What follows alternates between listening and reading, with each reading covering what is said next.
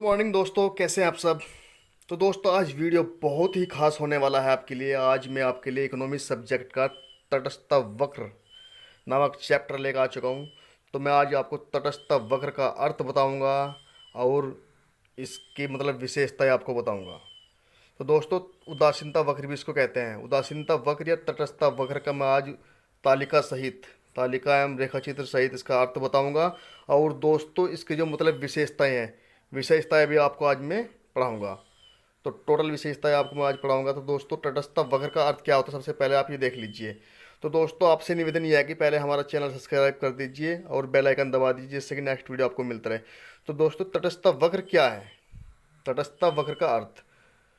तो दो वस्तुओं के विभिन्न संयोगों को दर्शाता है जिससे उपभोक्ता, कंज्यूमर, उपभोक्ता किसी वस्तु का उपभोग करने वाला, उपभोक्ता कौन होता है, किसी वस्तु का उपभोग करने वाला है कंज्यूमर, जिससे उपभोक्ता को एक समान संतुष्टि, सेटिफाइड, सेटिफाइड बोलते हैं इसको, संतुष्टि प्राप्त होती है। भाई समझ में नहीं आया आपके, चलो दोबारा समझाता हूँ। दो वस्तुओं के विभिन्न संयोगों को दर्शाता है। तटस्थ वक्र या उदासीनता वक्र दो वस्तुओं के विभिन्न संयोगों को दर्शाता है जिससे उपभोक्ता या कंज्यूमर को एक समान संतुष्टि प्राप्त होती है। तो दोस्तों, ये इसका अर्थ हुआ। अब उदासीनता वक्र की तालिका एवं रेखाचित्र सहित व्याख्या। तो भाई ये संयोग है, A B C D E, कितने, 5 संयोग है।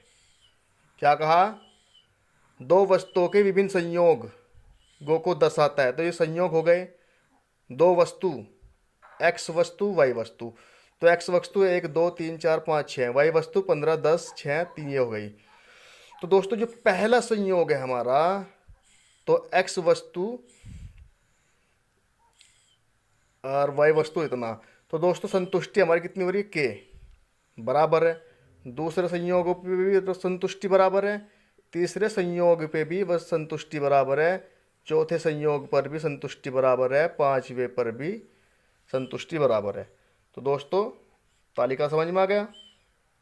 दो वस्तुओं के विभिन्न संयोगों को दर्शाता है जिससे उपभोक्ता को संतुष्टि, पांचों संयोगों से उपभोक्ता को संतुष्टि समान प्राप्त हो रही है।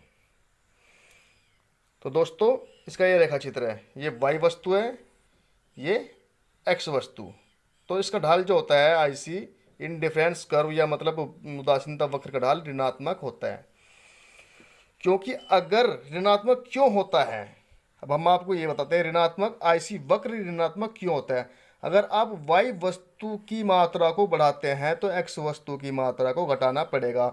वो कैसे, हम तालिका में समझाते हैं। जैसे ये है, एक वस्तु है तो दूसरे संयोग को हमने बढ़ा के 2 कर दिया, तो वाई वस्तु को हमें घटाना पड़ेगा। जैसे 15 से 10 हो गया, देखो।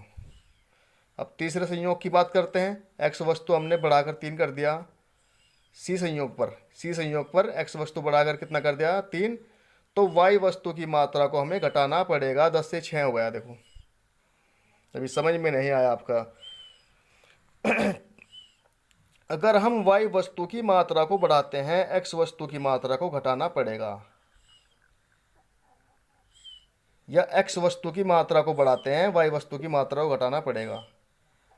अब देखो कैसे, जैसे यहाँ देखो, ये वाई वस्तु है, ये एक्स है। अगर हमने एक वस्तु से दूसरे संयोग में 2 कर बढ़ा के 2 कर दिया, तो वाई वस्तु की मात्रा हमें घटाकर 10 करनी पड़ेगी। तो ये होगा इसका रेखा चित्र, तालिका एवं रेखा चित्र हो गया। ये रेखा चित्र है भाई दोस्तों, और वीडियो लाइक जरूर कर दियो भाई। तो प्रत्येक संयोग से संतुष्टि हमें प्राप्त हो रही है बराबर। तो भाई दोस्तों, अभी हम इसका पढ़ाते हैं आपको तटस्थ वक्र की विशेषताएं। देखो इधर बराबर साइड में है ये। नंबर 1, तटस्थ वक्र की विशेषताएं।